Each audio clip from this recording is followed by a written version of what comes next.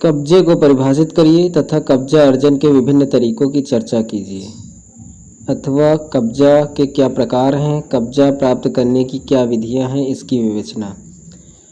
तो सबसे पहले हम कब्जे की परिभाषा को देखते हैं। Definition of possession. जब किसी वस्तु और व्यक्ति के मध्य जो निरंतर तथा वास्तविक संबंध रहता है उसे कब्जा या अधिपत्य कहते हैं। यद्यपि कब्जा को निश्चित रूप से परिभाषित करना कठिन है, परंतु कुछ विधिवेत्ताओं ने इस शब्द का प्रयोग निम्नलिखित अर्थों में किया है। प्रसिद्ध विधिशास्त्री पोलक ने कब्जा को भौतिक नियंत्रण के रूप में परिभाषित किया है। वहीं सामंड के अनुसार किसी वस्तु और व्यक्ति के बीच जो निरंतर तथा वास्तविक संबंध रहता है उसे कब्जा कहते हैं।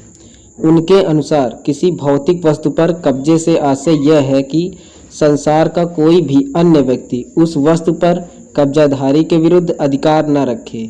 अतः इससे स्पष्ट है कि सामंड ने कब्जे को वस्तु से संबंधित माना है, न कि अधिकार से।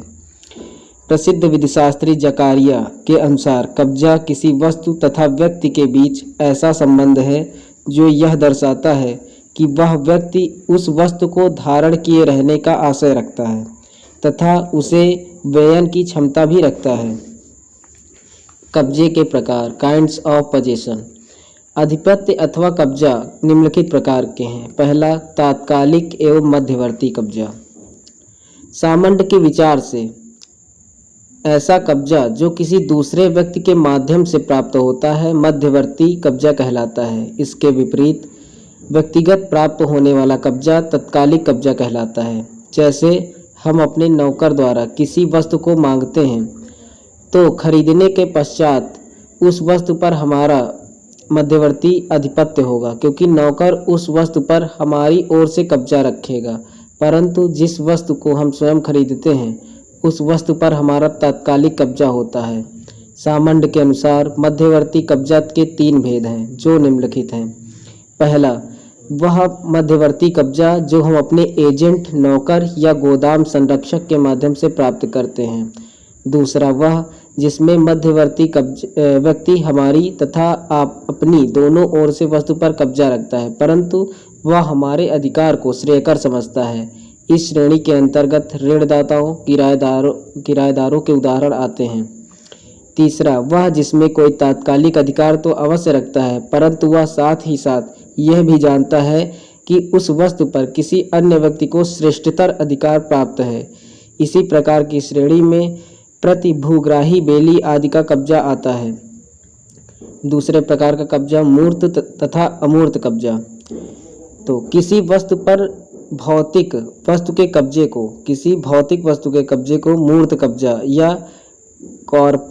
कॉर्पोरेरियल पोजेशन कहते हैं। जैसे मकान, भूमि, मेज, घड़ी, ये भौतिक वस्तुएं हैं। वहीं भौतिक वस्तु पर वास्तविक कब्जे को छोड़कर अन्य प्रकार के कब्जे को अमूर्त कब्जा कहते हैं। उदाहरण के लिए दूसरे व्यक्ति को भूमि से होकर जाने का मार्गाधिकार या प्रतिष्ठा संबंधी अधिकार आदि जो है वो अमूर्त कब्जे हैं। जैसे रोमन विधि में मूर्त कब्जे को पजेशियो कॉर्पोरिस तथा अमूर्त कब्जे को जो है पोजेशियो ज्यूरिस कहते हैं। कुछ विधिवेत्ताओं का विचार है कि वास्तविक कब्जा सदैव मूर्त होता है तथा अमूर्त कब्जा एक ऐसी संकल्पना है जो वास्तविक कब्जे से कुछ न्यूनता प्रदर्शित करती है। यही कारण है कि अमूर्त कब्जे को रोमन विधि में क्वासी पोजेशियो के नाम से संबोधित किया गया है। अमूर्त कब्जे के लिए यह आवश्यक है कि उसका निरंतर उपयोग तथा उपभोग किया जाए, परंतु सामंड ने इस भेद को निरर्थक माना है। तीसरा, समवर्ती कब्जा। जब 2 या 2 से अधिक व्यक्ति एक ही समय में एक ही वस्तु पर कब्जा रखते हैं तो उस कब्जे को समवर्ती कब्जा कहते हैं। इसमें यह आवश्यक है कि कब्जाधारियों का अधिकार एक दूसरे से कदाचित विरुद्ध न हो। सामंड के विचार से इनके निम्नलिखित उदाहरण हैं। पहला, जब एक ही वस्तु के मध्यवर्ती एवं तत्कालिक कब्जे साथ साथ होते हैं। दूसरा, जब 2 या 2 से अधिक व्यक्ति एक ही वस्तु को मान्यता रूप में रखते हैं। तीसरा, जब एक ही भौतिक वस्तु के लिए पार्थिव एवं अपार्थिव कब्जा साथ साथ होता है, जैसे एक व्यक्ति की जमीन पर दूसरे व्यक्ति को रास्ते का अधिकार प्राप्त होता है। अब चौथे तरीके का कब्जा जो है आणविक कब्जा। पोलक तथा राइट के अनुसार अमूर्त को पुनः प्राप्त करने का अधिकार आणविक कब्जा कहलाता है। यह विधि द्वारा निर्धारित किया जाता है। यदि कोई व्यक्ति किसी गोदाम की चाबी दूसरे व्यक्ति को अंतरित कर दे तो इसका तात्पर्य है कि उसने दूसरे व्यक्ति को गोदाम का वास्तविक कब्जा अंतरित कर दिया है। पांचवें प्रकार का कब्जा प्रतिनिधि द्वारा कब्जा। जब कोई व्यक्ति अपने एजेंट या नौकर द्वारा कब्जा प्राप्त करता है तो ऐसा कब्जा प्रतिनिध्यात्मक कब्जा कहलाता है। इसके लिए यह आवश्यक है कि हमारे अंदर कब्जा प्राप्त करने की इच्छा हो तथा हमारा प्रतिनिधि हमें कब्जा प्राप्त करने की आज्ञा हमसे कब्जा प्राप्त करने की आज्ञा प्राप्त करे। छठा गौण कब्जा। जब कोई ऋणदाता ऋण लेने वाले की संपत्ति पर कब्जा ग्रहण कर लेता है तो गौण कब्जा कहते हैं।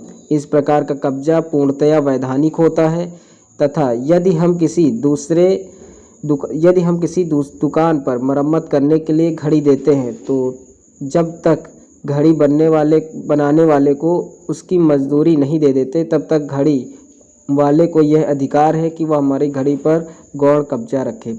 अतः कब्जा 6 प्रकार के हैं, जिनमें तात्कालिक एवं मध्यवर्ती कब्जा, मूर्त अमूर्त कब्जा, समवर्ती कब्जा, आणविक कब्जा, प्रतिनिधि द्वारा कब्जा तथा गौण कब्जा ये हैं। नेक्स्ट में हम देखते हैं कब्जा अर्जन के तरीके। धन्यवाद।